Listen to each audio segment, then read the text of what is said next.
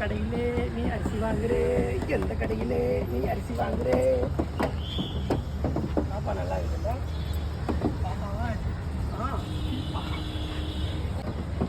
என்னம்மா சுகமாகிற?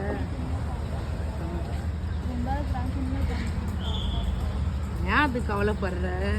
மனுஷ பார்வைக்கு நீ அப்படி இருக்கலாம், ஆனால் கர்த்தருடைய பார்வைக்கு நீ பிரியமானவர், நீ கனம் பெற்றவர். வேதத்தில் ஒரு வார்த்தை சொல்லப்பட்டிருக்குது, நீ என் பார்வைக்கு அருமையானபடியால் கனம் பெற்றாயின்னு. இன்னைக்கு மனுஷன் உன்னை கனவீனமாக பார்க்கலாம், உன்னை அசிங்கமாக பார்க்கலாம், ஆனால் ஆண்டவர் பார்வைக்கு நீ அருமையானவம்மா சௌமி. எல்லாத்த விட ஏசப்பா உன்னை பிரியமானவளாக பார்க்குறாரு. இப்போ உன்னை கேலி கிண்டல் பண்ணலாம், ஆனால் வரும் காலத்தில் ஆண்டவர் உன்னை கனம் பெற்றவளா நிறுத்துவார். நான் கூட என்ன குண்டா இருக்கிறேன், எனக்கு எப்படி குழந்தை நிற்கும்னு எல்லாரும் கிண்டல் பண்ணாங்க. ஆனால் என் வாழ்க்கையில் கர்த்தர் எனக்கு ஒரு குழந்தைய கொடுத்து என் வாழ்க்கையை அழகாக்கிட்டாரு. இன்னைக்கு ஆண்டுடைய கனமான ஊழியத்தை செய்கிறேன். என்னையே விடலை, உன்னை விட்டு வரமா? ஏசப்பா விட மாட்டாருக்கா. ஏசப்பாக உண்மையாக இருக்காங்கக்கா. யாருக்கு கிண்டல் பண்ணாலும் கவலைப்பட மாட்டாங்க. இனிமேட்டு ஏசப்பாக இனிமேட்டு வீடியோ செய்யணும்க்கா. அவருக்காக நிற்பேங்க்கா. கண்டிப்பாக.